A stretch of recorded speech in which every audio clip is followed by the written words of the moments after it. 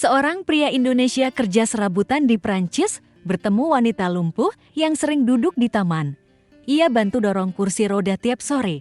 Karena iba, ia nikahi wanita itu tanpa tahu masa lalunya setelah wanita itu meninggal karena penyakit. Sang pria mewarisi properti mewah karena ketulusan hatinya. Aku masih ingat pertama kali melihatnya. Sore itu, udara Paris sedang dingin-dinginnya. Angin musim gugur berhembus pelan membawa serpihan dedaunan yang jatuh dari pohon-pohon di Taman Rue de Mars. Aku duduk di bangku taman, meneguk kopi sachet yang baru saja ku beli dari minimarket sebelah. Seperti biasa, aku baru pulang dari kerja. Serabutan kadang nganterin barang, kadang bersih-bersih di restoran, kadang bantu kuli bangunan kalau ada proyek. Hidup sebagai TKI legal di Paris itu keras.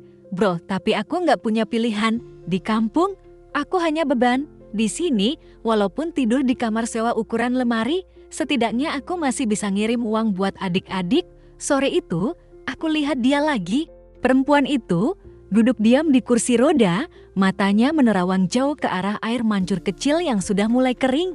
Dia selalu di sana, di jam yang hampir sama, rambutnya pirang, wajahnya putih pucat, tubuhnya kurus dan lemah. Tapi matanya, entah kenapa, memancarkan sesuatu yang aneh, bukan sedih, bukan juga bahagia, lebih ke kosong. Aku nggak pernah tahu siapa dia, nggak pernah ada yang nemenin, nggak ada perawat, nggak ada saudara. Hanya seorang wanita muda di kursi roda, duduk diam seperti patung. Beberapa kali orang lewat, cuma melirik dan pergi. Paris memang keras, bro. Di sini, kamu bisa mati di jalan dan nggak ada yang peduli. Awalnya, aku juga cuek. Tapi hari demi hari, rasa penasaran itu makin tumbuh. Kenapa dia selalu sendiri? Apa dia tinggal dekat sini? Siapa yang dorong dia ke taman? Atau dia sendiri yang sampai ke sini pakai kursi roda listriknya? Sampai akhirnya sore, itu datang langit mendung. Aku baru duduk sebentar, tiba-tiba hujan turun deras banget. Orang-orang di taman langsung lari berteduh. Aku juga ikut, tapi entah kenapa, mataku refleks mencari sosok wanita itu dan benar saja. Dia masih di sana. Diam bebasah kuyup, aku panik, kuambil jaketku dan lari menghampirinya bingis. Madam, are you okay? Dia diam saja, aku langsung dorong kursi rodanya ke bawah pohon besar, satu-satunya tempat yang agak terlindung. Jaketku kubentangkan di atas kepalanya sambil napas ngos-ngosan, matanya menatapku. Dalam tapi tetap gak bicara. Kupikir dia akan marah atau merasa risih, tapi dia malah mengangguk pelan. Itu pertama kalinya dia merespons false merci. Katanya pelan, aku cuma bisa senyum. Bahasa Pransisku kacau. Tapi aku tahu kata itu, terima kasih. Sejak hari itu, semuanya berubah. Besoknya aku balik ke taman itu lebih cepat dari biasanya.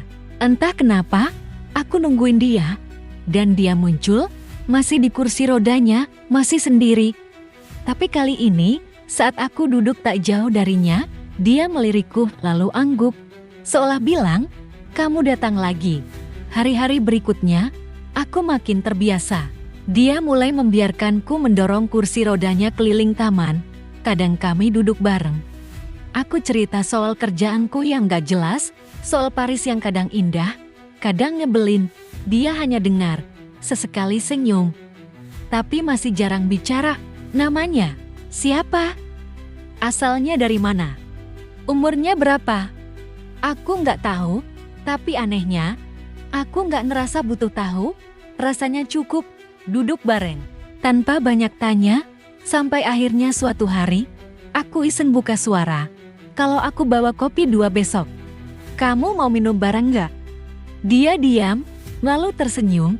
Itu senyuman pertamanya, bukan senyum basa-basi, tapi senyum yang bikin dadaku aneh. Hari itu, dia akhirnya bilang namanya. Maya, aku gak tahu, sejak kapan aku nunggu-nunggu setiap sore datang. Rasanya aku kerja lebih semangat cuma buat bisa duduk sebentar sama Maya. Dia tetap jarang bicara. Tapi mulai terbuka, aku tahu kalau dia tinggal sendiri. di apartemen kecil dekat taman. Dia nggak pernah bilang orang tuanya siapa atau kenapa dia lumpuh. Tapi dia bilang, dulu dia pernah punya segalanya, sampai sebuah kecelakaan mengubah hidupnya. Kadang dia melamun lama banget, matanya menerawang kaya, ada sesuatu yang dia sembunyikan. Suatu sore, dia bilang, "Kamu orang baik, Dano." Aku cuma tertawa. Aku cuma orang kere yang kerja buat hidup. Kamu aja yang baik, masih mau temenan sama orang kayak aku? Dia menunduk, lalu berkata pelan, "Kalau aku mati nanti, kamu bakal ingat aku." Aku kaget. Pertanyaan itu datang tiba-tiba dan nadanya serius. Aku nggak tahu harus jawab apa. Tapi entah kenapa, kalimat itu keluar begitu saja dari mulutku. "Kalau kamu nggak punya siapa-siapa, aku yang bakal jaga kamu." Dia menatapku lama, matanya berkaca-kaca, dan dari situ semuanya mulai berubah. Setelah percakapan sore itu, hubungan kami jadi aneh, bukan aneh yang buruk, tapi lebih ke canggung. Maya jadi lebih banyak diam dari biasanya, dan saat aku ajak ngobrol, dia cuma senyum sebentar, lalu menunduk. Aku pikir mungkin aku keterlaluan, bilang mau jaga dia tanpa mikir. Aku cuma ngomong asal waktu itu, tapi entah kenapa, kalimat itu keluar dari hati.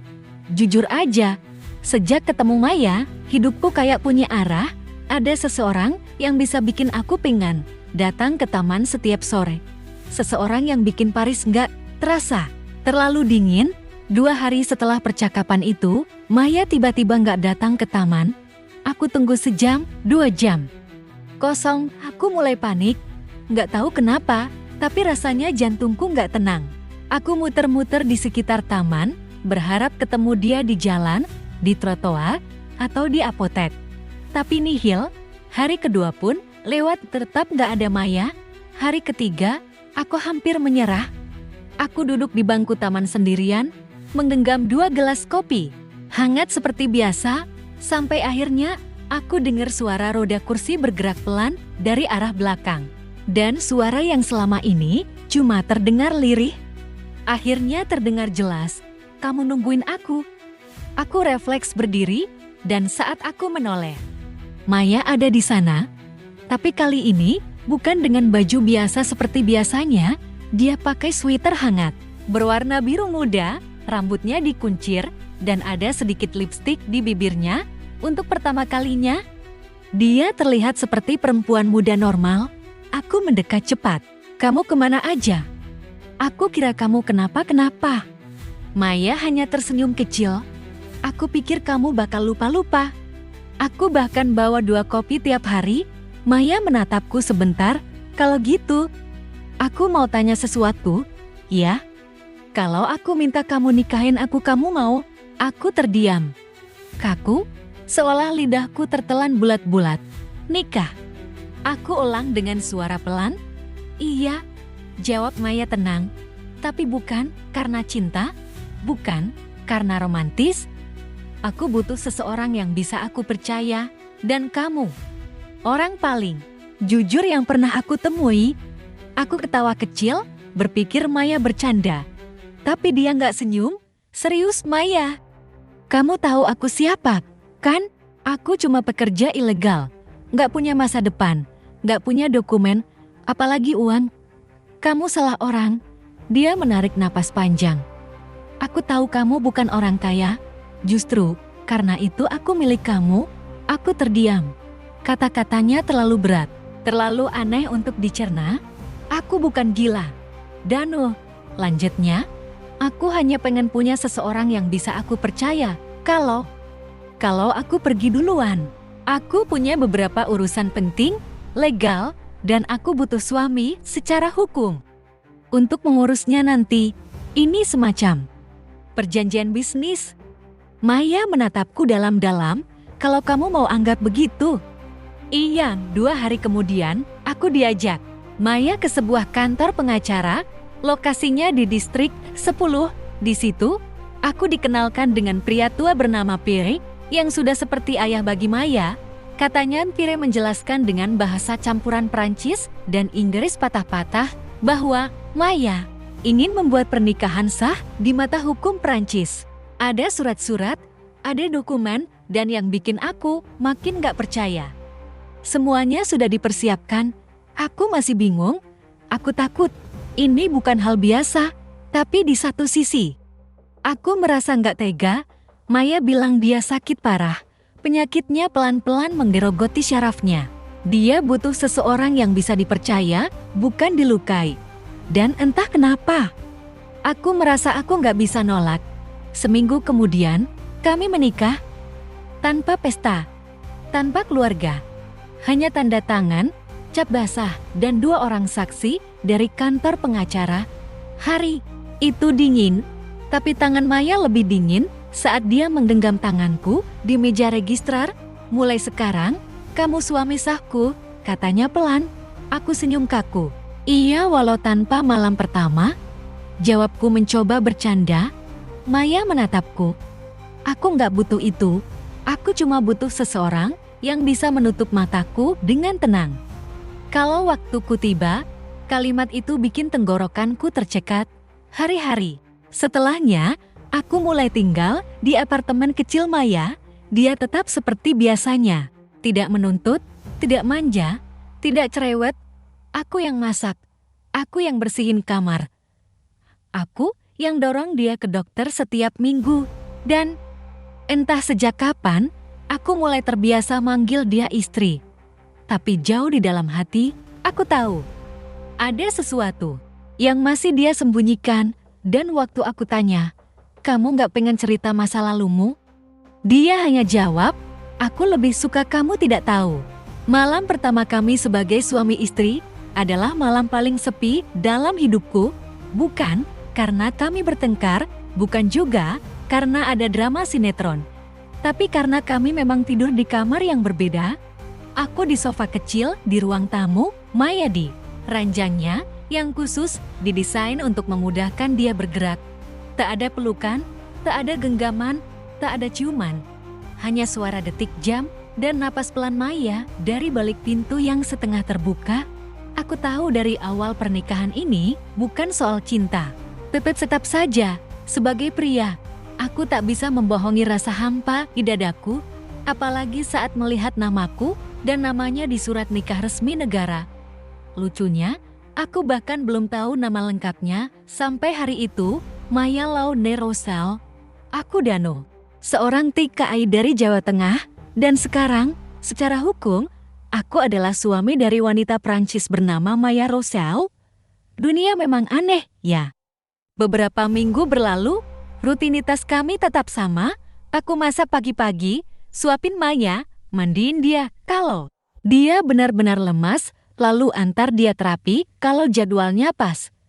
Aku bahkan hafal dosis obatnya, jam minumnya, dan cara-cara kecil yang bikin dia nyaman. Tapi ada jarak yang tak kasat mata antara kami. Maya tetap menjaga batas.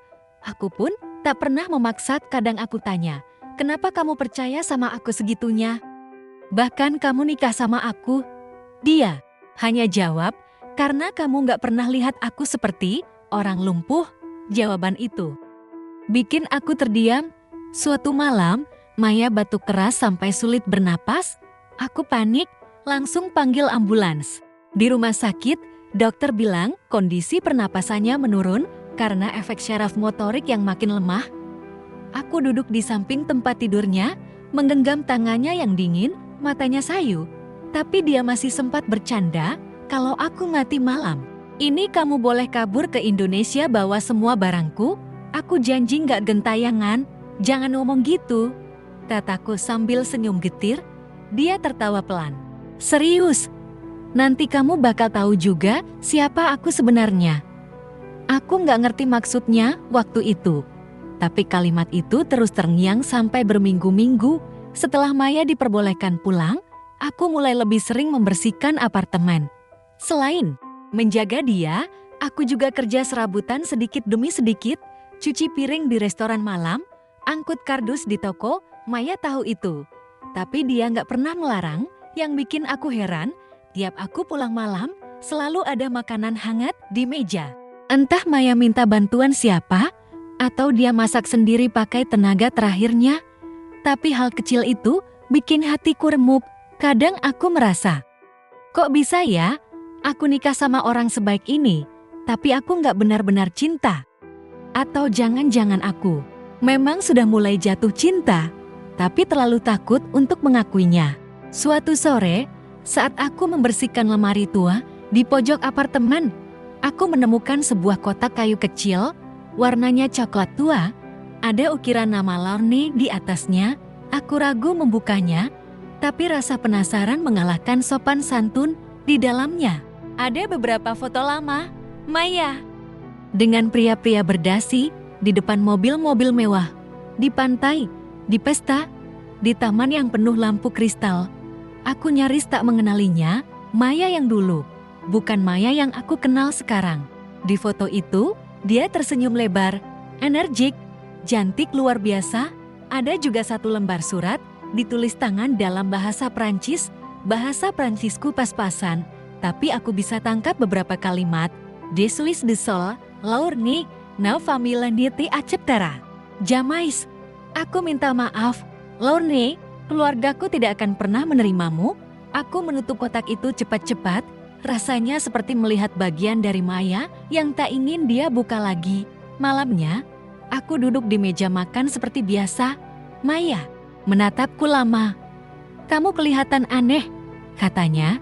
Aku capek aja, jawabku pelan. Dia tersenyum. Kamu nemu sesuatu? Aku menoleh.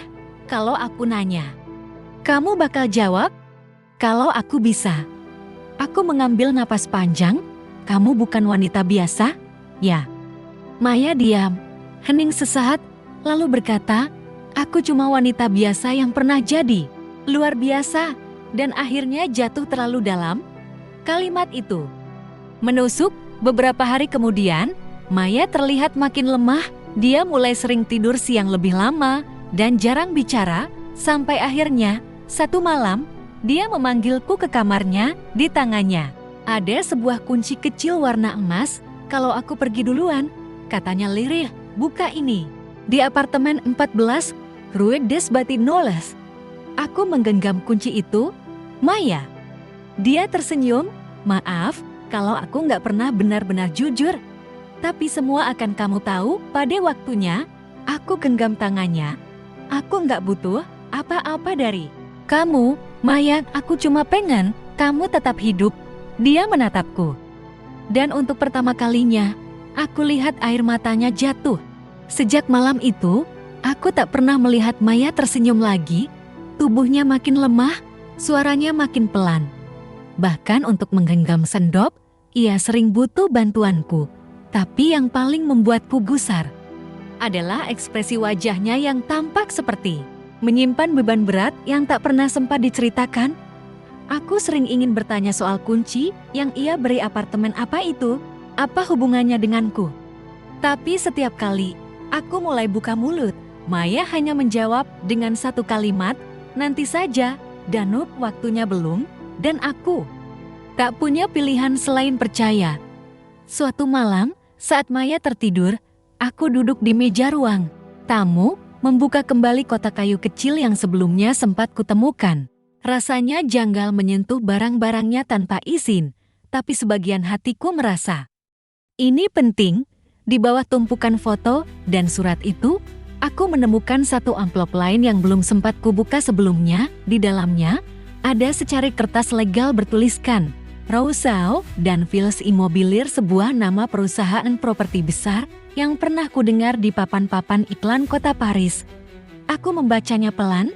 Ternyata Maya pernah menjabat sebagai direktur kreatif muda untuk perusahaan itu.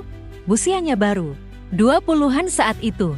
Tapi di surat itu tertulis bahwa Maya mundur dari jabatannya setelah mengalami kecelakaan besar dan keluarga pemilik saham utama perusahaan tidak menyetujui keberadaannya lagi. Di bagian bawah kertas itu ada cap stempel legal dan satu kalimat singkat, semua hak klaim aset dialihkan kepada Maya Lorne Rousseau berdasarkan surat warisan dari Etienne Rousseau. Mataku membesar. Etienne Rousseau, CEO perusahaan properti itu, dan nama belakangnya sama seperti Maya. Jadi, Maya bukan hanya wanita biasa, dia anak orang penting, tapi kenapa hidupnya seperti ini?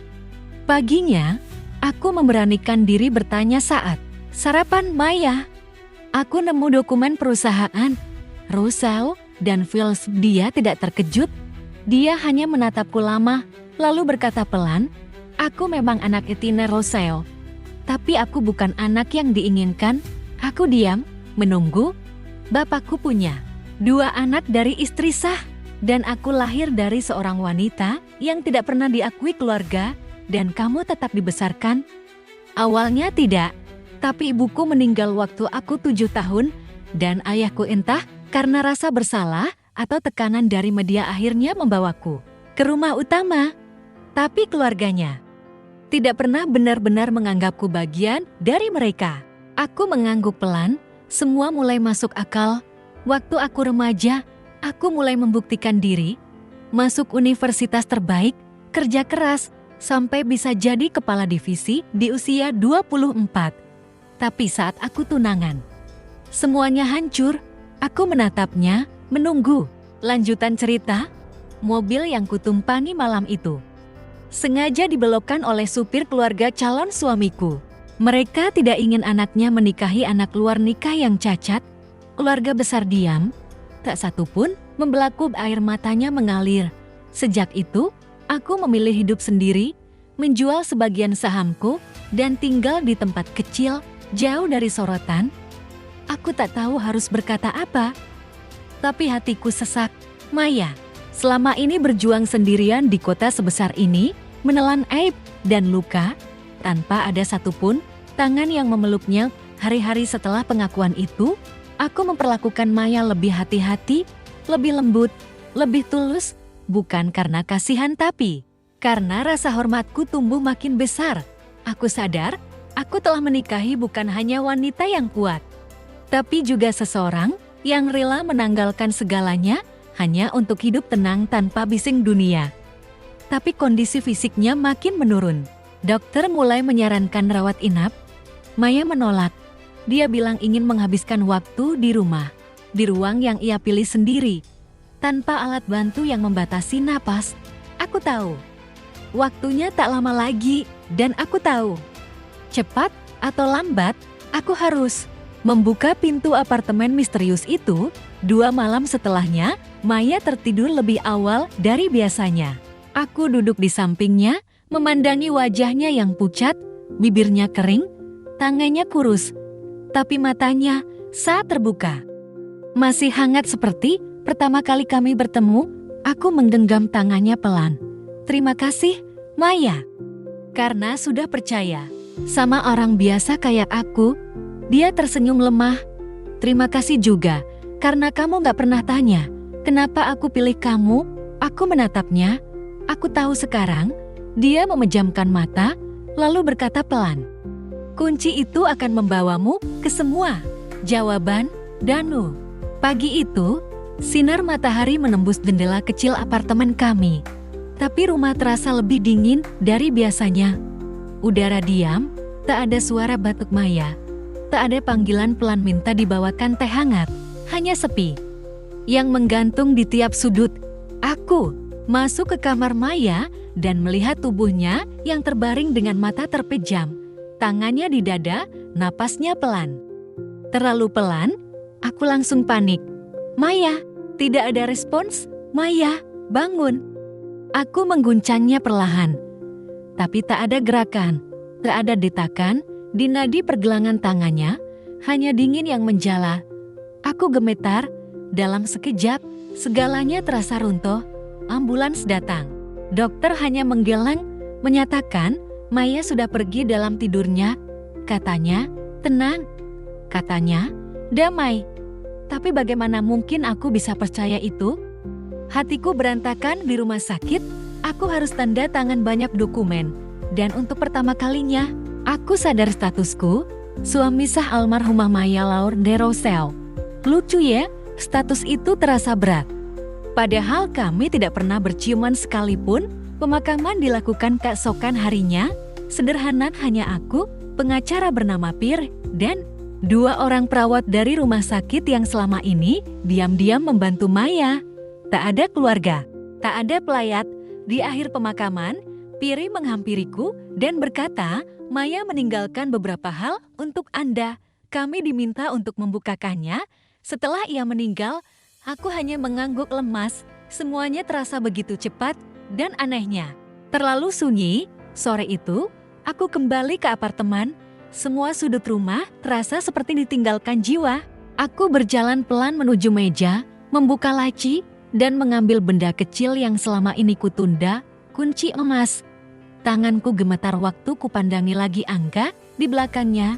14 Rue des Batignolles apartemen itu, rahasia terakhir Maya.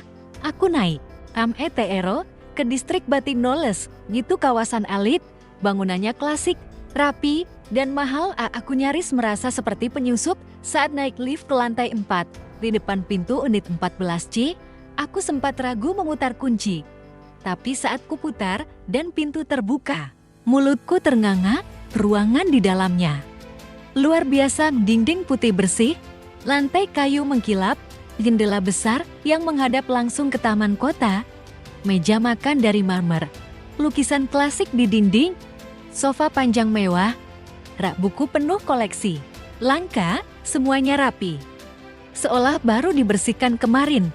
Di meja tengah, sudah ada sebuah amplop dengan namaku tertulis di atasnya, untuk Danu. Bacalah. Dengan tangan bergetar, aku duduk dan membuka surat itu. Danu, kalau kamu membaca surat ini, berarti aku sudah tidak ada. Jangan menangis terlalu lama, karena hidupmu masih panjang. Ini adalah rumah yang aku beli dari uang saham terakhirku. Aku tidak pernah menempatinya, karena aku merasa tidak layak memiliki kenyamanan saat aku masih membenci diriku sendiri. Tapi kamu adalah satu-satunya manusia yang melihat aku seperti manusia. Bukan orang cacat, bukan anak haram, bukan mantan pewaris.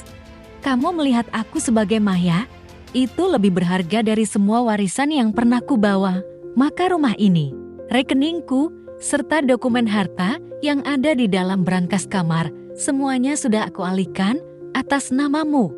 Bukan karena aku cinta kamu, tapi karena kamu adalah satu-satunya orang yang mencintaiku, bahkan sebelum tahu siapa aku sebenarnya.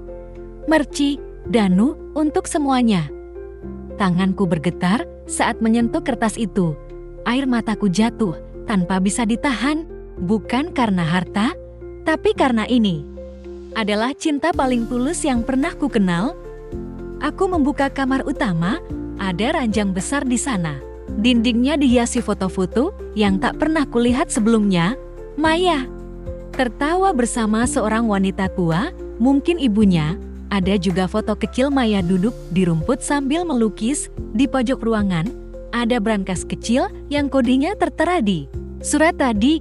Saat kubuka, isinya membuatku lemas, sertifikat apartemen buku rekening bank dengan saldo yang entah berapa nolnya, surat pernyataan hak waris dan sebuah liontin kecil. Berisi foto aku dan Maya di taman foto yang aku bahkan tidak tahu pernah diambil. Malam itu, aku tidur di sofa apartemen baru itu, tapi mataku tak bisa terpejam. Aku hanya menatap langit-langit dan memikirkan satu hal. Aku datang ke Paris sebagai pekerja ilegal, tidur di kamar sempit, tak punya mimpi, tak punya arah. Tapi sekarang, aku diberi kehidupan baru oleh wanita yang tak pernah menuntut cinta, tapi memberi segalanya. 2 hari setelah membuka apartemen itu, aku kembali menemui Pierre, pengacara Maya, di ruang kantornya yang klasik dan sunyi. Dia menyerahkan satu flash disk kecil kepadaku. Maya merekam sesuatu sebelum ia wafat, kata Pierre. Aku menggenggam flash disk itu dengan perasaan campur aduk. Dia ingin kamu menonton ini. Sendiri, aku menunggu sampai malam, duduk di depan laptop tua yang kubawa dari apartemen lama. Saat kuputar video itu, layar gelap sesaat sebelum muncul wajah Maya duduk di kursi rodanya, mengenakan sweater abu-abu, rambut diikat rapi dengan mata yang menatap langsung ke kamera. Halo, Danu. Kalau kamu menonton ini, berarti aku sudah tidak ada. Maaf, kalau aku membuatmu melalui semua ini tanpa penjelasan lebih awal. Aku hanya takut kamu akan menjauh kalau tahu siapa aku sebenarnya. Takut kamu akan menganggapku seperti semua orang lain yang melihatku sebagai korban kecelakaan, anak haram, pewaris perusahaan. Tapi bukan Maya. Maya tertawa kecil, lalu melanjutkan, namaku sebenarnya Maya Lorne Rousseau de Villeneuve. Kakakku bangsawan, nenekku seorang pelukis terkenal, tapi ibuku hanya seorang seniman jalanan. Ketika ayahku jatuh cinta pada ibuku, seluruh keluarga melarang. Tapi mereka menikah diam-diam. Aku lahir dari cinta yang ditolak dunia. Ia menunduk, matanya tampak berkaca-kaca. Ibuku meninggal karena kanker saat aku kecil. Ayahku membawaku pulang ke rumah besar, tapi istri sahnya membenciku. Anaknya membenciku, bahkan para pelayan memanggilku dengan nama kasar. Jadi aku tumbuh sebagai bayangan di rumah sendiri, punya segalanya, tapi tidak punya siapapun. Aku menggigit bibir, perih mendengarnya. Video itu seperti menghantam hatiku dengan palu besar. Saat aku remaja, aku bersumpah akan jadi orang sukses. Aku kerja keras, dapat beasiswa, masuk Sorbonne, dan membuktikan semuanya. Tapi rupanya, dendam masa kecil tak cukup menyembuhkan luka, dan kemudian aku jatuh cinta. Wajah Maya berubah sendu. Namanya Rafael, tampan kayak anaknya partner bisnis ayahku. Kami bertunangan. Aku merasa, akhirnya aku punya hidup normal. Tapi ternyata, cinta juga punya kasta. Suara Maya mulai serak. Keluarganya tahu aku bukan dari darah murni. Mereka tahu aku punya keturunan Aljazair dari garis ibu. Dan saat aku sedang di perjalanan menuju acara ulang tahun keluarganya, mobilku kecelakaan, remblong, supirnya selamat. Aku lumpuh. Tahu apa yang lebih menyakitkan dari kehilangan kaki? Kehilangan cinta. Rafael tidak datang ke rumah sakit, tidak menelpon, tidak menjenguk. Saat aku sembuh, cincin tunangan sudah dikembalikan lewat kurir. Mataku panas. Aku tak sadar air mata mengalir di pipi. Setelah itu, aku menghilang.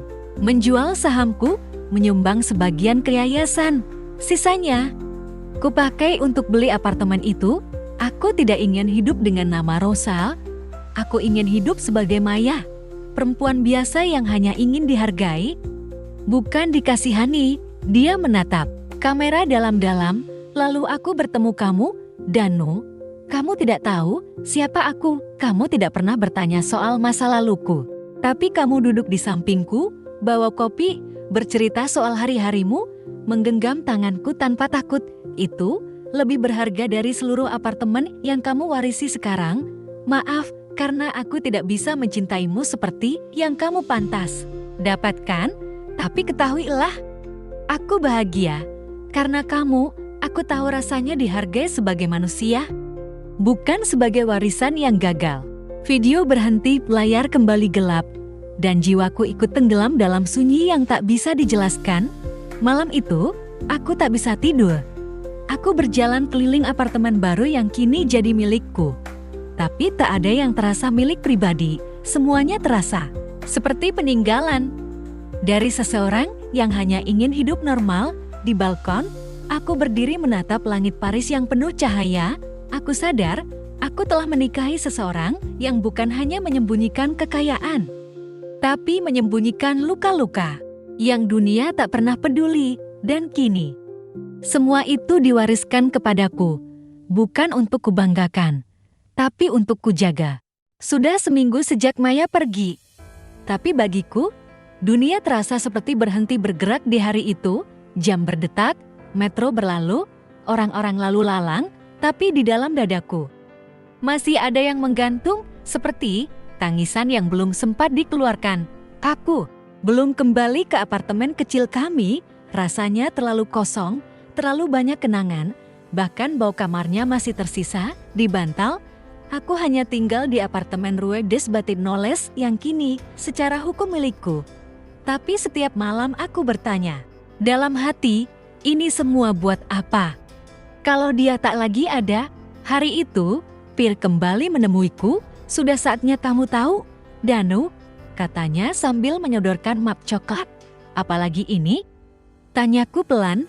"Rencana Maya yang terakhir." Aku membukanya perlahan. Di dalamnya ada dokumen hibah rumah, surat, pengalihan rekening, dan proposal pembukaan galeri seni. "Galeri?" Aku mengernyit. Piri tersenyum. "Maya ingin kamu membuka tempat yang bisa menampung karya seniman jalanan. Ia tahu kamu suka melukis diam-diam. Dia tahu kamu tidak ingin selamanya jadi TKI tak dikenal." Hatiku mencelos. Aku tak pernah cerita soal lukisan-lukisanku pada siapapun, bahkan pada Maya. Tapi diam-diam, di malam-malam lelah, aku sering mencoret-coret di balik kardus, melukis taman tempat kami duduk, kursi roda Maya. Senyumnya, ternyata dia tahu. Dia percaya padamu, Danu, kata Piri. Lebih dari yang kamu bayangkan. Aku duduk di taman yang dulu jadi tempat pertemuan kami.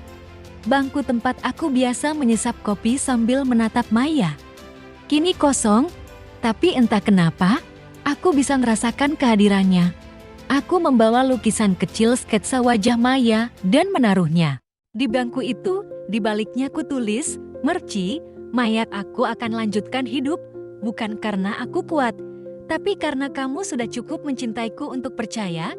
Seminggu kemudian, aku membuat keputusan besar. Aku resmi mengurus izin tinggal dengan bantuan Pire. Prosesnya lancar. Ternyata, sebagai pewaris sah dari warga Prancis yang terdaftar, aku bisa mendapat legalitas penuh. Aku bukan lagi orang ilegal. Aku bukan lagi pelarian.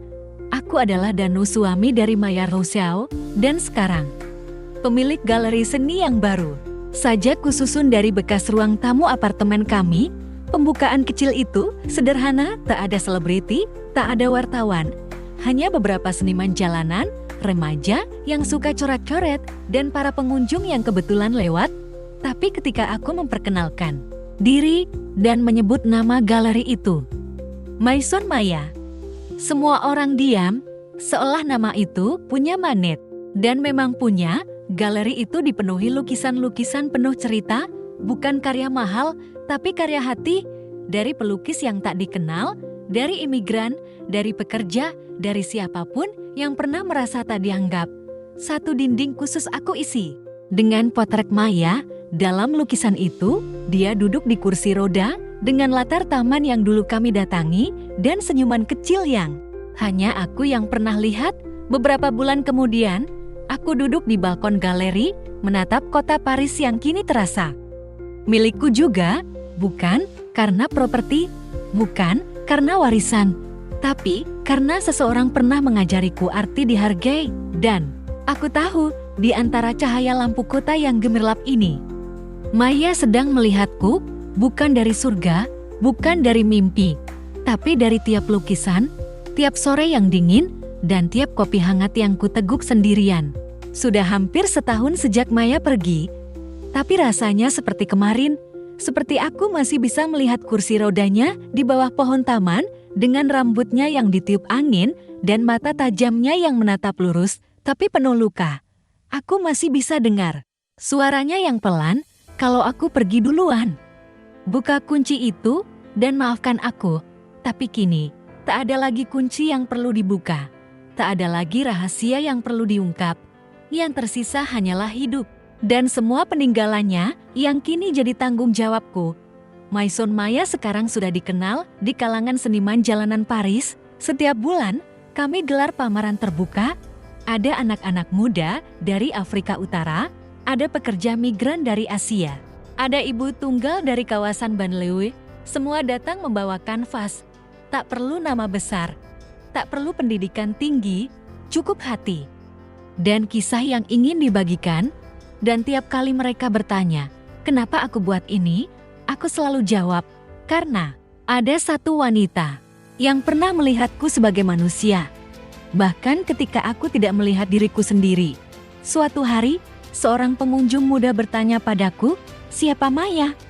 Aku menunjuk lukisan besar yang tergantung di dinding utama galeri. Wajah Maya duduk di kursi roda dengan latar taman yang penuh daun gugur. Tapi kali ini, Aku melukisnya dengan senyuman paling utuh. Maya adalah alasan kenapa tempat ini ada. Aku tersenyum, lalu menambahkan, dia bukan cuma cinta pertamaku, tapi cinta satu-satunya. Yang tidak pernah menuntut untuk dimiliki, tapi justru memberiku hidup. Hidupku tak lagi seperti dulu, bukan soal uang, bukan soal status, tapi tentang cara pandang. Aku datang ke Paris dengan niat mengadu nasib, mengais rezeki, bertahan hidup. Tapi yang kutemukan adalah cinta yang diam-diam menyelamatkanku, bukan cinta yang penuh janji manis, bukan cinta yang romantis seperti di film, tapi cinta yang diam-diam melihatku di bangku taman saat aku tak lagi percaya diri dan hanya membawa secangkir kopi instan. Kini, setiap pagi, aku duduk di balkon apartemen, menatap matahari terbit dari sela atap-atap klasik kota Paris. Di sebelahku, selalu ada secangkir kopi panas dan sebuah liontin kecil berisi foto kami berdua. Kadang aku bicara pada langit, Maya, kamu benar. Aku memang gak tahu siapa kamu waktu itu. Tapi sekarang aku tahu. Kamu adalah rumah yang selama ini aku cari. Dan angin pagi akan menjawabku pelan, seperti bisikan kecil yang tak pernah hilang. Aku tak tahu akan menikah lagi, tahu tidak aku tak tahu apakah suatu hari nanti aku akan kembali ke Indonesia. Tapi satu hal yang pasti, cinta bisa datang dari mana saja. Bahkan dari seorang wanita lumpuh yang duduk diam di taman. Yang ternyata menyimpan dunia yang tidak pernah bisa kubayangkan, dan sekarang aku adalah bagian dari dunia itu, bukan sebagai orang yang diberi, tapi sebagai orang yang akan terus memberi.